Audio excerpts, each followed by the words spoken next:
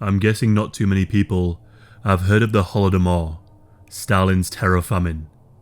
It is the name given to the famine that raged through Soviet Ukraine during the 1930s. Although we can never really know the true scale of the atrocity, a joint statement from the United Nations in 2003 declared that anywhere between 7 and 10 million people died due to the deliberate starvation of Ukrainian farmers, agricultural workers, and their families. Some of the estimations are as low as 3.5 million, and some are as high as 12 million. But what nobody can dispute is that this was a deliberate campaign of murder through starvation of a nation and the agrarian way of life.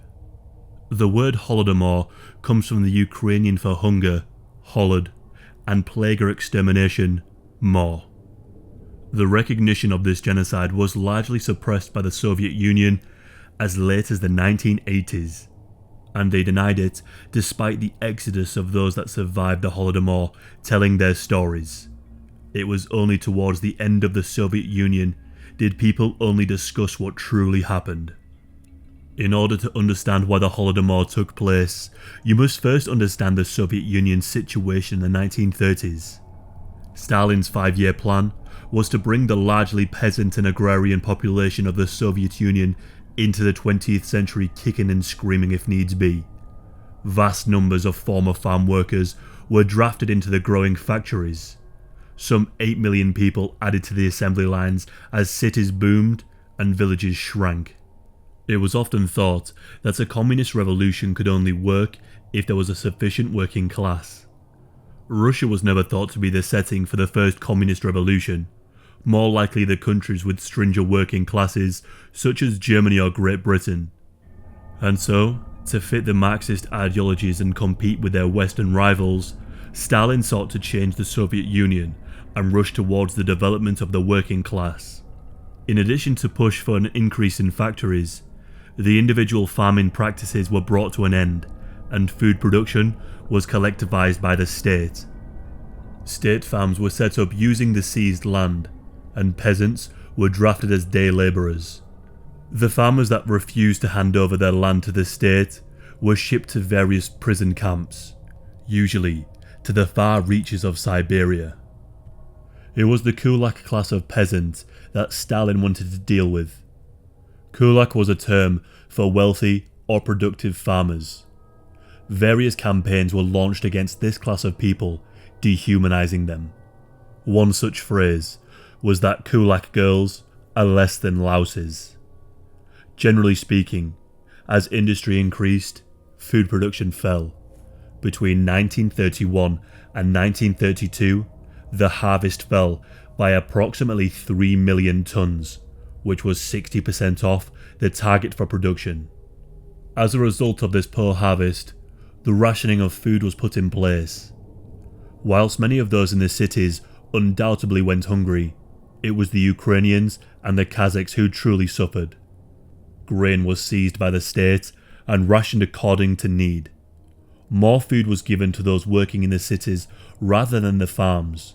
Some farms were even blacklisted and forbidden to receive any food whatsoever.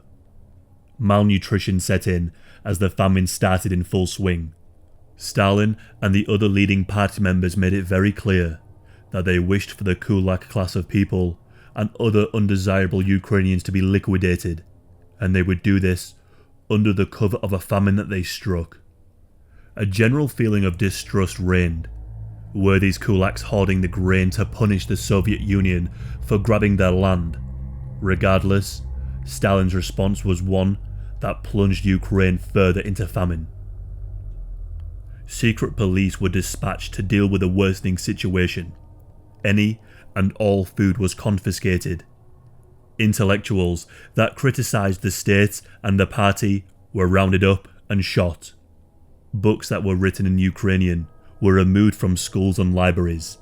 An execution quota of 10,000 people a week was put in place. A cordon was set up around Soviet Ukraine to stop people from leaving and entering. Essentially, Ukraine became a nationwide prison camp. A girl named Maria Sagan was just 10 years old when the famine started.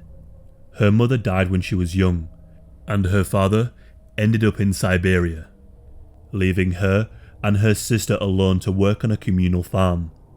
But they were not permitted to eat any of the food they grew. The food that they did grow was shipped off to the far reaches of the Soviet Union. Because of this, the Ukrainian people turned into desperation to other food sources. They began to consume tree bark, earthworms, frogs, roots, and old leather boots. And sometimes they even had to pick out and consume grain from horse manure. Maria and her sister became very malnourished, but she recalls surviving from cow's milk. For whatever reason, the cow wasn't taken by the Requisition Brigades. These brigades were groups of party loyalists and policemen. They were sent into the Ukrainian villages to hunt for food to meet their quotas. They were fueled with hunger, but they were also fueled by their hatred of the kulaks, and this was due to the dehumanizing propaganda against them. These brigades were little more than bandits, stealing whatever morsel of food they could, and they knew full well that by stealing this food, they were condemning these people to death through starvation. They searched high and low, and used metal poles to root out any hidden spots where food could be kept. If anyone was caught hoarding or hiding food, there would be no mercy. Those who resisted were robbed, sexually assaulted, or shot. And these people didn't just take food. Reports of items taken such as windows, doors, chairs and tables were commonplace. Their entire region was systematically being stripped of everything of value. Clearly, all that was left were the starving people, who were deemed to have little to no value in the new Soviet Union. Neighbour turned on neighbour as the starving population adjusted to the new normal. Hiding chickens in your house to avoid the marauding brigades, grabbing what grain you could from Soviet stores and hiding it in your shoes, or just taking what you could from your neighbour. Every day was now a fight for survival. These once honest and proud people did what needed to be done just to live one more day. Horrific accounts of children smothered to silence their cries of hunger, and children that were caught stealing bread were hung up on a tree and bashed to death. As people starved, some attempted to make their way to find food in the larger cities. There are many accounts of train stations filled with peasants begging for food, clutching their emaciated, swollen children in a bid to show anyone who would look the true horror.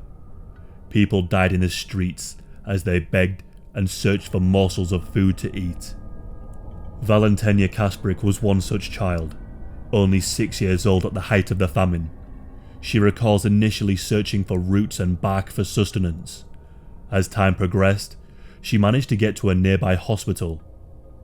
She evaded some guards and managed to raid a dumpster for a potato and carrot peels before running away. The cities were largely spared from the famine due to the rationing, and some people in these cities did break the rules and try to share rationed food, but it would never be enough. As people became more and more desperate in this horrendous situation, they began to turn to cannibalism. This became part of everyday life. It was not uncommon for parents to have to make the impossible choice between watching their children starve to death or feed one of the siblings to the other. It was reported that some parents chose to kill their weakest child to allow the rest of the family to live a little bit longer. During the Holodomor, 2,500 people were convicted of murder and cannibalism. The situation was so dire and prevalent that the party even produced propaganda posters warning the dangers of eating your own child.